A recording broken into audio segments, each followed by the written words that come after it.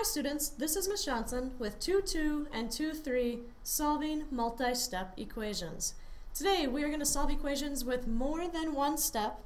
We will definitely be using fractions, and eventually we're going to involve consecutive integers. Alright, let's go ahead and get started. We are going to solve these three equations, and remember, when we are solving, our goal is to get the variable by itself.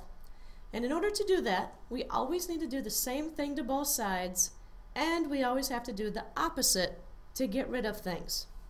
Alright, part A. Question A, we have 2/3 q equals 1/2. So we've got 2/3 times q equaling 1/2. So instead of doing 2/3 times q, we need to divide by 2/3 to get the q by itself. But remember, when we divide by a fraction, it gets kind of messy and gross. So to divide by a fraction, we are actually going to be multiplying by the reciprocal.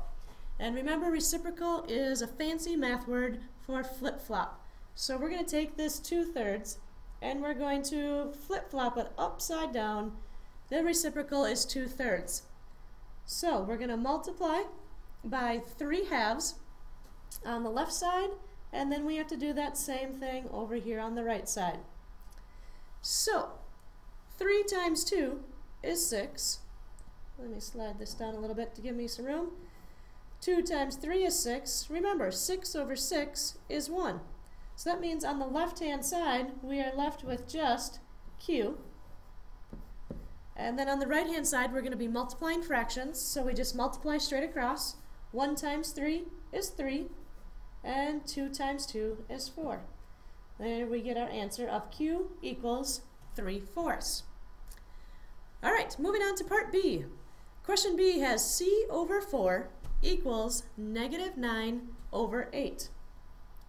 So, if I rewrite it on the right-hand side here, we've got c divided by 4 equaling -9/8. Right now, c is being divided by 4. We need to do the opposite, which means we need to multiply by 4. So I'm going to multiply by 4 on the left, and I'm going to multiply by 4 on the right. Alright, well, when we multiply by 4 and divide by 4, these cancel out, and we're left with just c on the left-hand side. When we multiply by 4 on the right, remember, whole numbers are always over 1, so then we can just multiply straight across. -9 times 4 is -36. 8 times 1 is 8. So we've got -36/8. But you should be thinking, this is an improper fraction.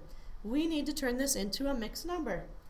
So we ask ourselves, how many times can 8 go into 36? And the answer is 4 whole times. 8 times 4 is 32, so there would be 4 left over. So it'd be 4/8. And don't forget about this negative sign here. So it's -4 4/8. But you know we can simplify. 4/8 simplifies to -4 1/2, which can be written as a fraction, or it could also be written as a decimal. Alright, problem C. -5 equals 3.5x.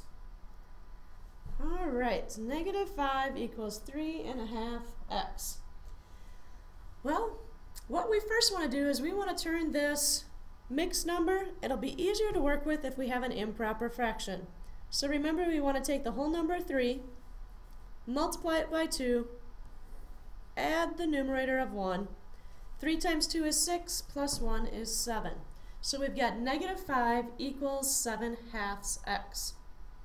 Alright, as we are solving to get the variable by itself, we need to get rid of the 7/2 that's being multiplied by x. Therefore, we want to divide by 7/2.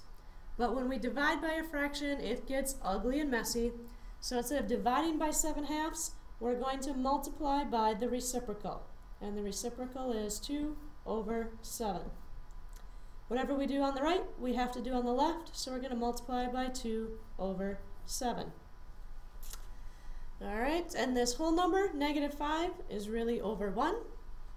So we get 2 times negative 5 is negative 10 over 7 times 1 is 7 equals 7 times 2 is 14, 2 times 7 is 14, 14 over 14 is 1. That cancels out, so all we're left with is x. So that means x equals negative 10 over 7. But that's improper. We're going to turn it into a proper fraction. 7 can go into 10 one whole time. There are 3 left over, so it's 3 over 7, and it's a negative number. So we've got negative 1 and 3/7.